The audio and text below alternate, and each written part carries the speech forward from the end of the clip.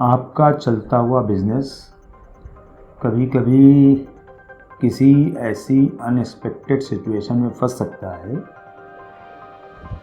कि आपने अगर उसके लिए कोई पहले से बैकअप प्लान नहीं बना रखा है या इंश्योरेंस प्रॉपर नहीं ले रखा है तो वो बिज़नेस आपका ख़त्म भी हो सकता है। स्वागत है मित्रों आपका हमारे YouTube channel a deep dive by Deep Mishra में, और हम चर्चा कर रहे हैं उन बिंदुओं पर जिसमें बिज़नेस के प्रारंभ करते समय हमको कम से कम 10 ऐसी सावधानियां लेनी थी जिनको करने से हमें लगता है कि हमारा बिज़नेस ठीक से चल सकेगा। उन्हीं 10 जो सावधानियां थी उनमें से ये अंतिम सावधानी है कि हमारे बिज़नेस का बैकअप प्लान हमारा तैयार रहना चाहिए और प्रॉपर इंश्योरेंस भी होना चाहिए। ये बैकअप प्लान क्या होता है?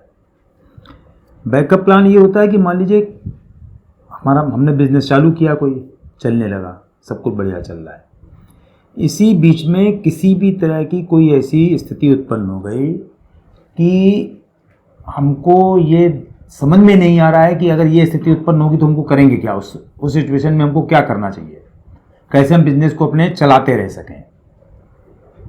जैसे हम लोग चार्टर्ड अकाउंटेंट हैं, हमारा चार्टर्ड अकाउंटेंट का ऑफिस है। अब आज के समय में सीए के ऑफिस में एक चीज़ की रिक्वायरमेंट होती है, वो होती है इंटरनेट की, है ना। हमने ब्रॉडबैंड कनेक्शन ले रखा है।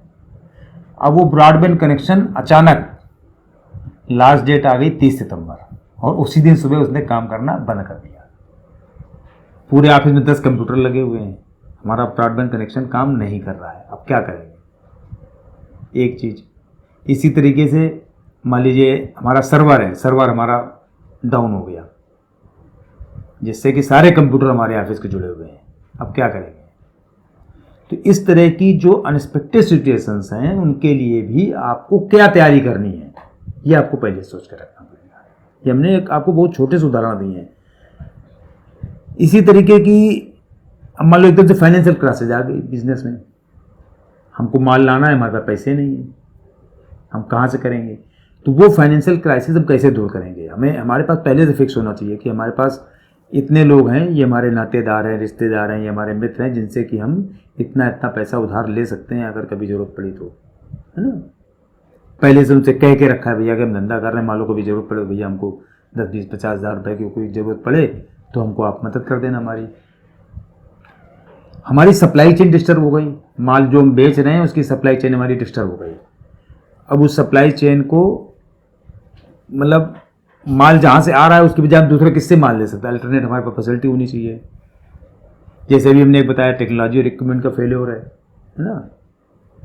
नेचुरल डिसास्टर आ गया, यहाँ पता लगा कि पानी इतना बरसने लगा कि 4 दिन अब नहीं चल रहा है। बताओ क्या करेंगे आप?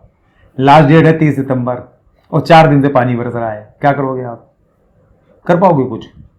तो इसका भी अल्टरनेट आपको सोच के रखना चाहिए कि मान लो अगर पानी बरसने लगे, हम घर से ही नहीं निकल पाए, स्टाफ हमारा आ ही नहीं पाया, तो इन सिचुएशन में आप क्या करेंगे?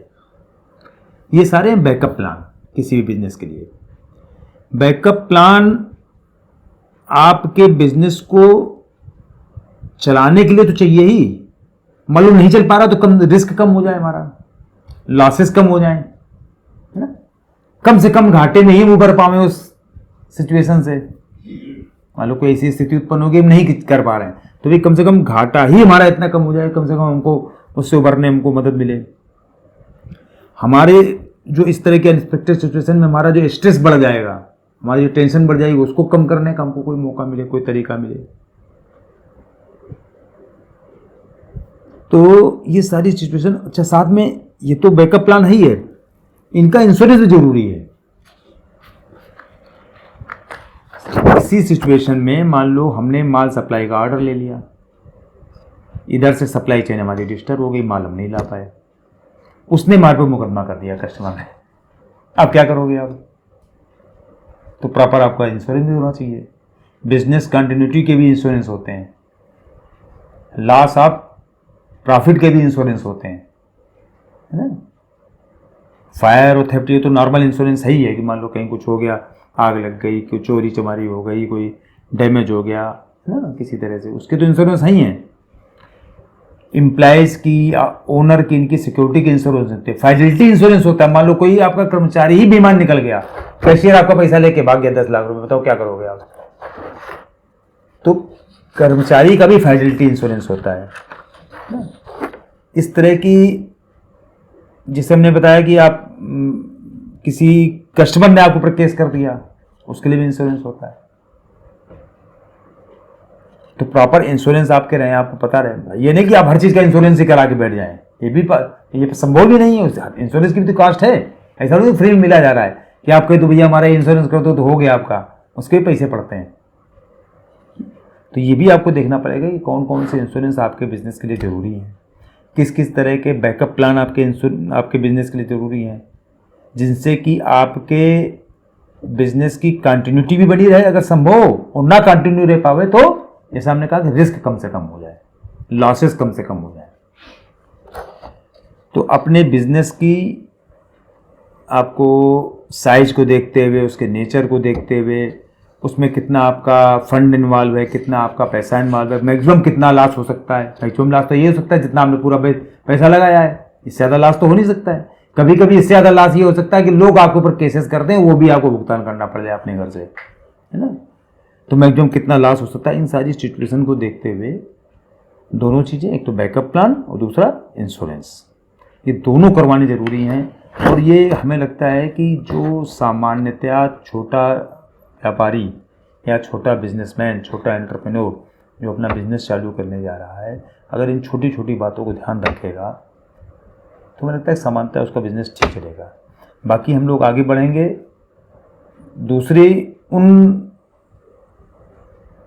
बिंदुओं के बारे में कि आपके बिजनेस में और क्या क्या चीज़ें ज़रूरी हैं। जैसे हमने शुरुआत में आपको सबसे पहले क्या बताया था कि किस किस तरीके से आप अकाउंटिंग और सारी चीज़ें आप रख सकते हैं। फिर हमने 10 पॉइंट कौन से लिए कि आप कोई नया व्यक्ति बिजनेस चालू करना चाहता है तो कौन से ऐसे 10 बिंदु आपको बता दी जाए जिससे कि आप ध्यान रखें तो आपका बिजनेस आप चालू कर सकते हो और चला सकते हो। तो इसी तरीके से हम लोग नए एरिया की तरफ बढ़ेंगे इजी बिज टिप्स के नई सीरीज में।